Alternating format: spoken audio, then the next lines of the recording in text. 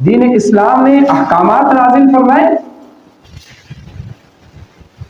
ان احکامات کو، دین اسلام کے احکامات سخت نہیں ہے، کہیں کوئی اعتراض نہ کرے۔ جب دین اسلام کے احکامات ابتدائی دور میں نازل ہوئے تو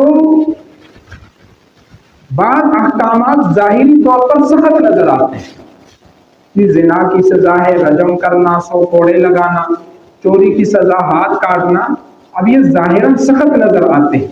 تو اللہ رب العزت نے اس وقت پریکٹیکلی یہ گناہ کروا کر دکھا دیا کہ آئندہ تم یہ نہ کہنا بڑے سخت ہے، یہ دیکھو جن لوگوں نے کیے ہیں، جن سے یہ گناہ ہوئے ہیں، ان پر یہ سزا بھی جاری ہوئی اور انہوں نے اس سزا کو قبول بھی کیا، اور اس کی برکت سے کتنا معاشرہ گناہوں سے بچا۔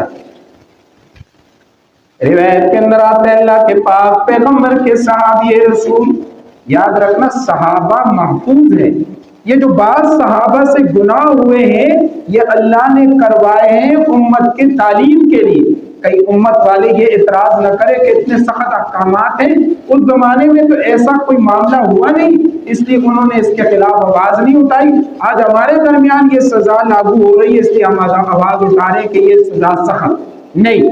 صحابہ سے وہ عمل کروا کر وہ قانون جاری کر کے بتا دیا، اگر صحابہ عمل کر سکتے تو تم بھی کر سکتے۔ میں کون؟ اللہ کے پاک پیغمبر کے صحابی رسول ماعز اسلمی رضی اللہ تعالیٰ عنہ، اللہ کے پاک پیغمبر صلی اللہ علیہ وسلم تشریف فرمائے، صحابی رسول آئے اللہ کے پاک پیغمبر کے دربار میں، کہنے لگے اللہ کے پاک پیغمبر مجھ سے گناہ ہو گیا۔ آپ صلی اللہ علیہ وسلم نے فرمایا وہ صحابی کیا کہہ رہے ہو، گناہ ہو گیا توبہ استغفار کر لو۔ کہنے لگے نہیں اللہ کے پاک پیغمبر بہت بڑا گناہ ہوا ہے۔ فرمایا کون سا گناہ؟ فرمایا زنا والا گناہ ہوا ہے۔ آپ نے فرمایا میرے صحابی نہیں، آپ نے دوسری طرف چہرہ پھیر لیا، نہیں صحابی گناہ نہیں ہوا ہوگا، نہیں گناہ ہوا ہے۔ آپ صلی اللہ علیہ وسلم نے فرمایا نہیں صحابہ ویسے تم نے اس عورت کے ساتھ باتیں کی ہوگی، گناہ نہیں کیا ہوگا۔ دوسری طرف سے آئے اللہ کے پاک پیغمبر گناہ کیا ہے۔ آپ نے فرمایا نہیں ہو سکتے تم اس عورت کے قریب گئے ہو، بوسہ لیا ہو، گناہ نہ کیا ہو۔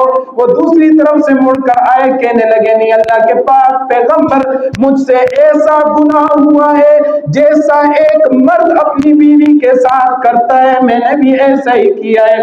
اللہ کے پاک پیغمبر نے فرمایا میرے صحابی جب اتنا اقرار کر لیا، 4 مرتبہ اقرار کر لیا، اب شریعت کی سزا تجھ پر نافذ ہوگی۔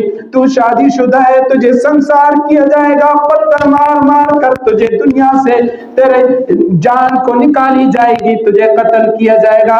کہنے لگا اللہ کے پاک پیغمبر دنیا کی سزا منظور ہے لیکن آخرت کی سزا برداشت نہیں کر سکتا، آپ حکم جاری فرما دیجئے، مجھے سزا ملنی چاہیے۔ آپ نے صحابہ سے فرمایا ان کو جا کر سنسار کر لیا جائے، پتھر مارے جائے۔ میدان کے اندر کھڑے کر کر صحابہ نے پتھر مارے شروع کر دیے۔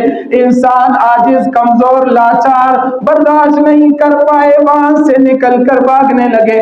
سامنے میں حضرت عمر فاروق آئے، ہاتھ میں ہڈی تھی اونٹ کی، وہ ہڈی اٹھا کر ماری، ان کو لگی، اور حضرت عمر رضی اللہ تعالیٰ عنہ نے زبان سے کچھ سخت قسم کے الفاظ بھی کہہ دیے، وہ سزا ہو گئی۔ اللہ کے پاک پیغمبر کے دربار میں صحابہ آگے، فرمایا ہاں اس صحابی کو تو ہم نے مار دیا، اس کو سنسار تو کر دیا، لیکن دوران سنسار حضرت عمر رضی اللہ تعالیٰ عنہ نے یہ الفاظ کہے، ان کے لیے بد دعا کے الفاظ استعمال کیے۔ آپ نے فرمایا عمر میرے قریب آؤ، تم نے ایسے الفاظ کیوں استعمال کی؟ تمہیں پتہ ہے ماعز اسلمی نے اللہ کے دربار میں ایسے توبہ کی، ایسے توبہ کی، رب کعبہ کی قسم، اور ماعز اسلمی کی توبہ کو سارے مدینہ والوں پر تقسیم کر دی جائے تو سارے مدینہ والوں کی بخشش ہو جائے، توبہ پھر بھی بچ جائے۔ فرمایا اتنی پکی توبہ کی ہے کہ اللہ اگر سارے مدینے والے گناہگار ہو اور ماعز اسلمی کی توبہ کو اللہ کے سامنے رکھ دیا جائے، سارے مدینے کے گناہگاروں کی اللہ بخشش فرما دے اور توبہ پھر بھی بچ جائے اتنے اخلاص کے ساتھ۔ فرمایا اخلاص کے ساتھ گناہوں کو چھوڑنا، توبہ کرنا، اللہ رب العزت فیصلے فرماتے ہیں۔ میں ایک انسان ساری دنیا خلا اور آسمان سے زمین تک، زمین سے آسمان تک ساری خلا کو بھی بھر دے گناہوں سے، اور اللہ کے سامنے اخلاص کے ساتھ توبہ کرے تو اللہ ان سارے گناہوں کو معاف فرمائے۔